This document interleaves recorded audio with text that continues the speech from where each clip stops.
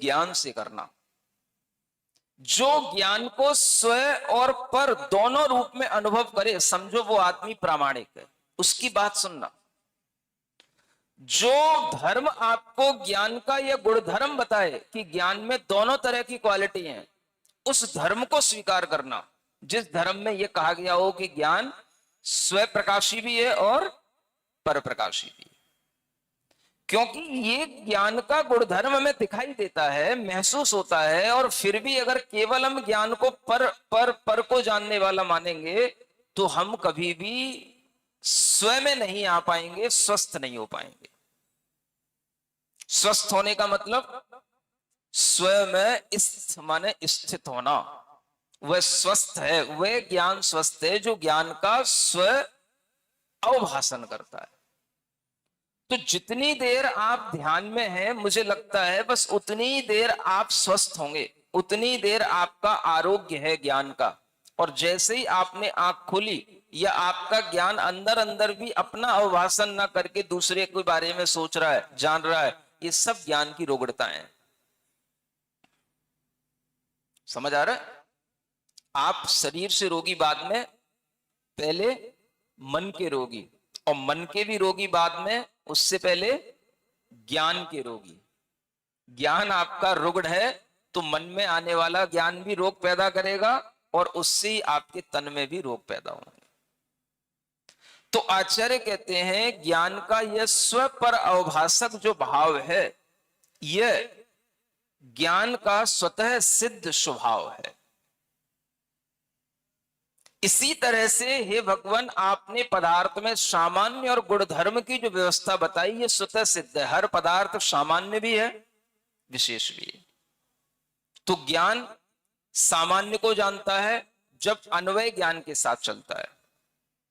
कल क्या था, परसों क्या था, उससे 6 साल पहले क्या था, ये अन्वय चला आ रहा है। यह वही है, ये ज्ञान का सामान्य जानने वाला अन्वय ज्ञान है। और फिर भी उस ज्ञान में वह विशेष जान रहा है, पहले छोटा था, अब ये बड़ा हो गया, अब इसकी दाढ़ी मूछ आ गई, अब ये और पढ़ लिख करके जॉब करने लग गया, लेकिन है वही, ये विशेष हो गया। तो ये उसका भेद ज्ञान हो गया। तो पदार्थ में भेद भी दिख रहा है, अन्वय भी दिख रहा है। हे भगवान, ये पदार्थ के स्वतः सिद्ध धर्म है। समझ आ रहा है? तो पदार्थ को भी सही जानो, और जिस ज्ञान से पदार्थ को जान रहे हो उस ज्ञान के स्वरूप को भी सही जानो। ज्ञान का स्वरूप सही होगा तो पदार्थ का स्वरूप सही आएगा। इसलिए सबसे पहले ज्ञान को प्रामाणिक बता करके यह सिद्ध किया जाता है कि आप पहले अपने ज्ञान को सम्यक ज्ञान बना लो, ताकि तुम्हें दुनिया के सारे पदार्थ सही सही दिखाई देने लग जाएं। तो समझ आ रहा है ना? सामान्य और विशेष। मनुष्य सामान्य भी है और मनुष्य विशेष भी है। अगर हम केवल इतना मानेंगे कि हर मनुष्य मनुष्य है, इस अपेक्षा से सिर्फ कि मनुष्य ही है, तो ये उसका सामान्य गुणधर्म मानना हुआ। मनुष्यपना, मनुष्यत्व ये सामान्य। अगर हम विशेष को नकार देंगे तो कोई व्यवहार नहीं बनेगा। भाई ये फलाना चंद, वो फलाना जैन, दोनों अलग अलग है ना। अगर मनुष्य है तो फिर सब एक ही हो गए।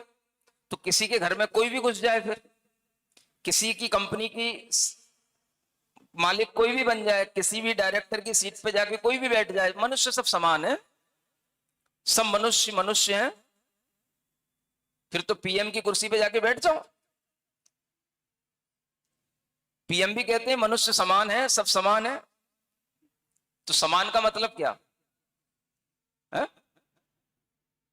सब समान है तो अपनी जो चेयरमैन है, कोई पीएम है, सीएम है, अपनी कुर्सी पे किसी को भी बिठा ले। भाई मनुष्य मनुष्य समान है। नहीं समझ आया? तो ये भी एक गलती होती है जब हम केवल इतना जानते हैं कि सब मनुष्य समान है, तो हमने वस्तु के केवल एक धर्म को जाना। तो आचार्य कहते हैं ये भी आपकी अज्ञानता है। आप केवल इतना ही जान रहे हैं सब मनुष्य समान है।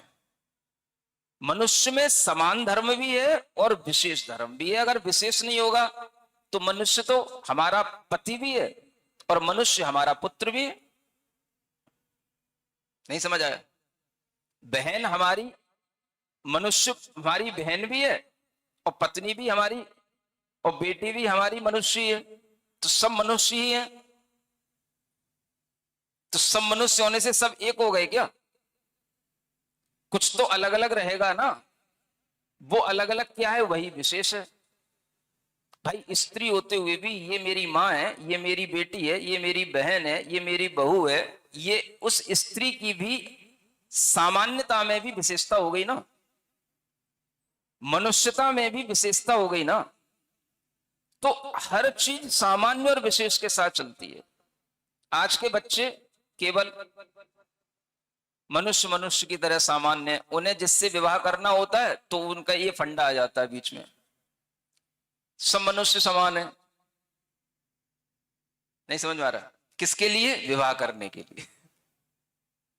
तुम्हें पता तो हो कि मनुष्य समान होते हुए भी किस अपेक्षा से समान है? भाई मनुष्यत्व की अपेक्षा से, मनुष्य जाति की अपेक्षा से समान है। हाँ ये भी मनुष्य है, हम भी मनुष्य हैं, जानवर नहीं है, इसलिए मनुष्य मनुष्य समान है।